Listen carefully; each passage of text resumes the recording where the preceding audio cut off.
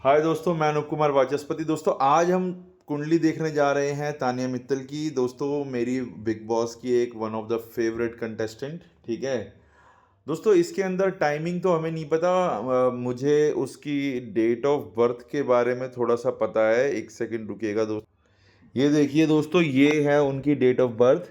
27 सितंबर two 2000 Wednesday का जन्म है उनका। ठीक है। अब दोस्तों, इसके अंदर क्या है कि हमें टाइम ऑफ बर्थ नहीं पता।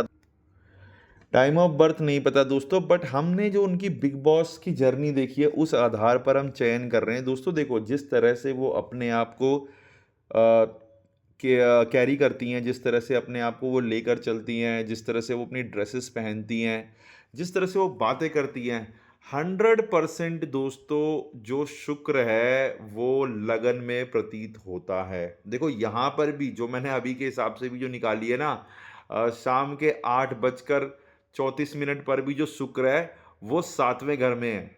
ठीक है, मतलब हाँ, 7th हाउस में है।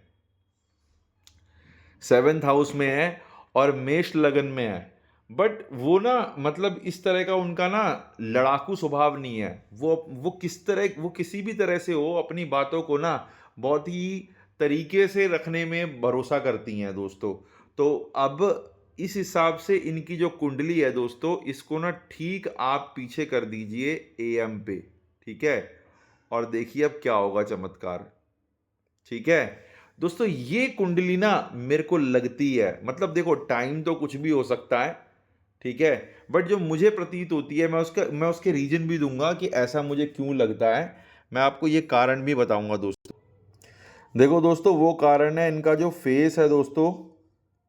इनका जो फेस है वो इसका सबसे बड़ा कारण है दोस्तों। जो इनके होठ आप इस तरह से आप जो देख रहे हो ना, जो दोस्तों इनके होठ है, ये शुक्र की मजबूती को दिखाते हैं। ठीक है, इनकी अगर आप आंखों पे अगर आप नज़र डालोगे ना, तो इनकी आंखें दोस्तों, इनकी आंखें ना शुक्र की, मतलब नर्म त्वचा। ठीक है, आंखों में मधुरता और मुस्कान अगर सुंदर हो दोस्तों, तो ये जो है ये शुक्र की ताकत को दिखाती है दोस्तों।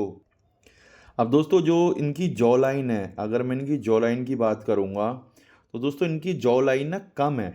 ठीक है, जॉ लाइन किसकी तगड़ी होती है? जब आपका शनि, ठीक है, और मंगल ये तगड़े हो ना, तो जॉ लाइन तगड़ी होती है। घर में जॉ लाइन किसकी तगड़ी है दोस्तों? अगर आपने देखा होगा, अभी जो नई नई आई है मालती, मालती की जॉ लाइन अच्छी है दोस्तों। तो दोस्तों से देखते हो आप, गुस्सा भी आता है, वो गुस्से में बहुत बहुत कुछ बोल भी जाती है, और कोई अगर उन पे अगर कुछ उल्टा बोले तो वो तुरंत जवाब देती हैं दोस्तों। यही मंगल की पहचान है। ठीक है, यही मंगल की पहचान है दोस्तों। तो जॉ लाइन जहाँ होगी वहाँ आपको मंगल मिलेगा। यहाँ दोस्तों इनका जो है ना चीक, इनके चीक से पता लगता है दोस्तों, इनके ऊपर ना, इनके ऊपर शुक्र और चंद्रमा है, और इतना स्थिरता के साथ है कि ये खराब से खराब सिचुएशन में भी अपना धैर्य नहीं खोती है। ठीक है, यही वजह है दोस्तों। कान भी अगर आपको देख के, कान का साइज देख कर भी ना आपको इनका गुरु का अंदाजा पता लगता है कि भाई गुरु भी इनका ठीक ठाक है, क्योंकि कान का साइज भी ठीक मालूम पड़ता है। जो नाक की नोज की टिप्स है दोस्तों, इससे मंगल का अंदाजा लगता है। ये दोस्तों, ये सारी चीज़ें ना हम कुंडली में भी देखेंगे।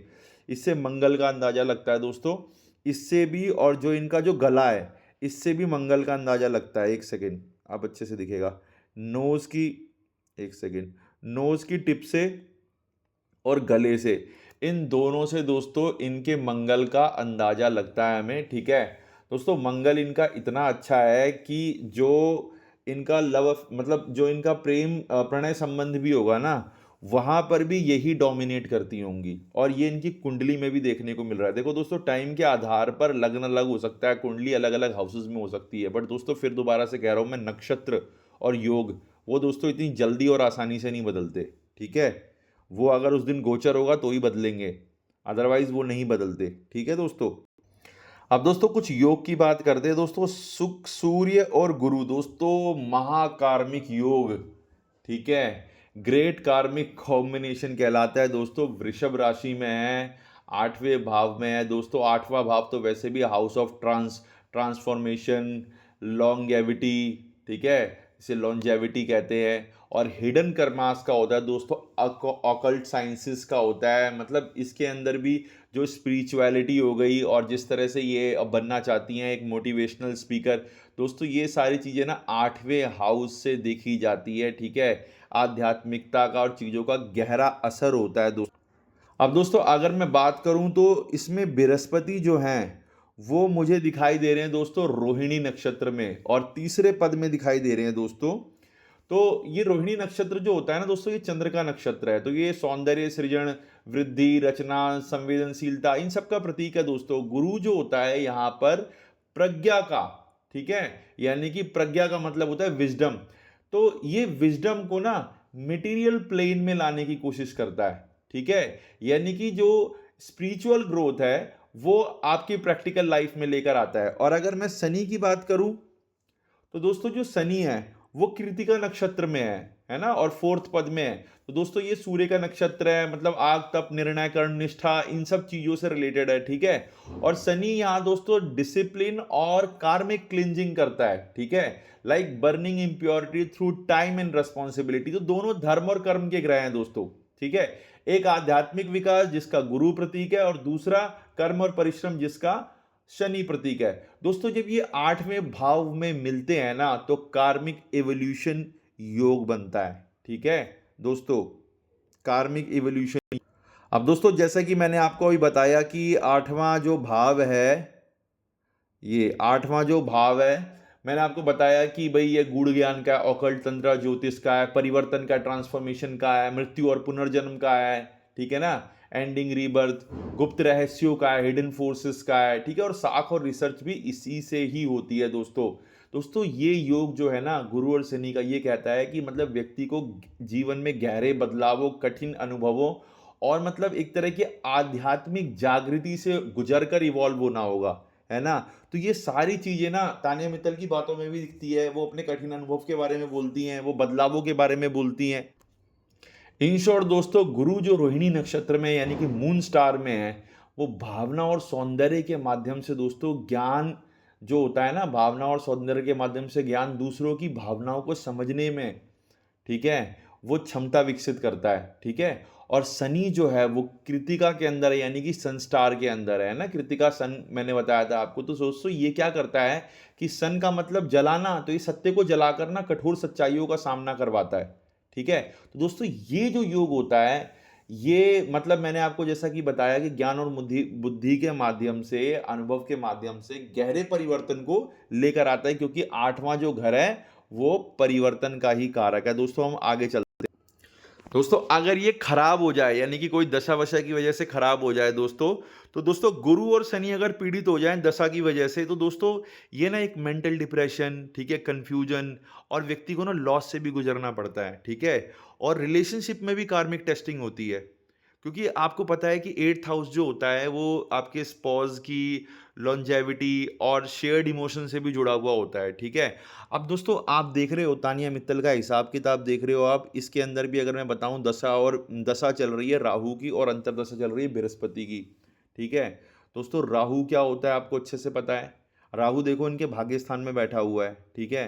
राहु होता क्या है दोस्तों, राहु आपको कनेक्ट करवाता है ऑनलाइन, ठीक है, मतलब टीवी, टेक्नोलॉजी, ये सब क्या है, ये राहु की चीजें हैं सारी की सारी दोस्तों।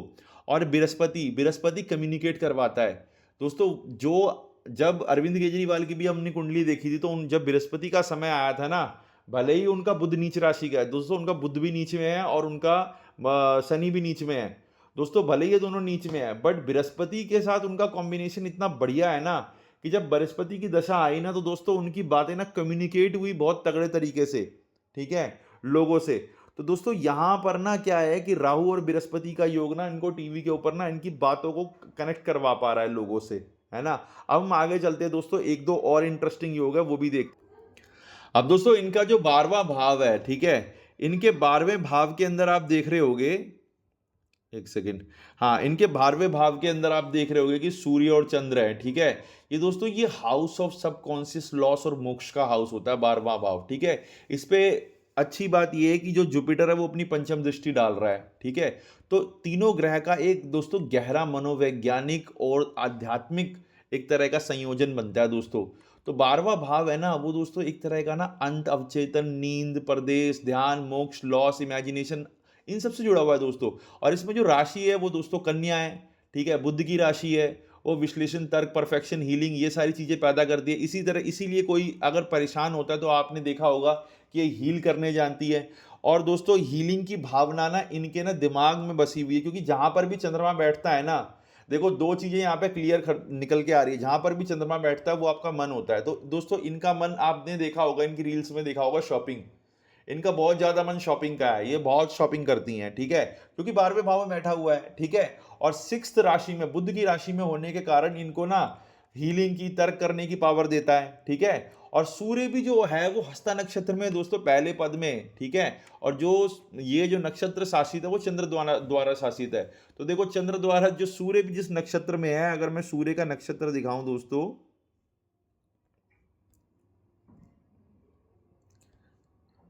ये देखो, मैंने तो उनका देखा था ना, तो ये भी हस्ता नक्षत्र में है। तो दोस्तों ये हस्ता नक्षत्र में है ना, हस्ता नक्षत्र में है, तो ये भी किसके द्वारा शासित है? चंद्र के द्वारा शासित है। तो देखो अब इसके अंदर क्या है कि इसके अंदर एक तरह से कर्म निपुणता, सृजनात्मक पावर, हीलिंग पावर, ये सारी चीजें पैदा हो रही है, ठीक है।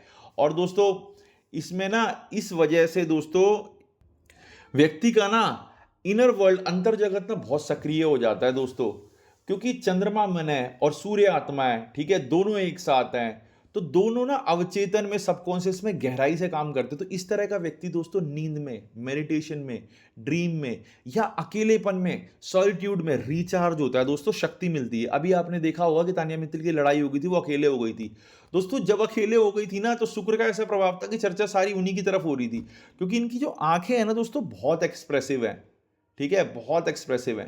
तो दोस्तों ये प्लेसमेंट जो है ना, ये लॉन्गर डीप थिंकर बनाता है। और कन्या राशि में होने की वजह से ना ये भावनात्मक नहीं बल्कि एक ये एनालिसिस बेस्ड स्पिरिचुअलिज्म देता है, ठीक है। अब दोस्तों इसके ऊपर ना इसको हम ब्रीफ करते हैं। अब मैं, मेरा एक और फेवरेट कॉम्बिनेशन है, उसके ऊपर मैं चर्चा करना चाहूंगा दोस्तों। मैं ये सूर्य और चंद्र की बात एक और बता दूं कि ये जो योग होता है ना, सूर्य चंद्र का एक साथ होना, सबकॉन्शियस लेवल पर एक मैनिफेस्टेशन का योग बनाता है दोस्तों। व्यक्ति इसके अंदर जो भी विजुअलाइज करता है ना, वो कहीं ना सत्य हो जाता है, क्योंकि आत्मा और मन जब दोनों मिल जाते हैं ना, तो मैनिफेस्टेशन वास्तव में जन्म लेता है दोस्तों। तो ये बहुत ही बढ़िया और बड़ा प्यारा योग है, ठीक है। और ये जो शुक्र और बुध का योग है ना दोस्तों, ये बड़बोलापन लेकर आता है। इसके बारे में ना मैं आपसे चर्चा करना चाहता हूं।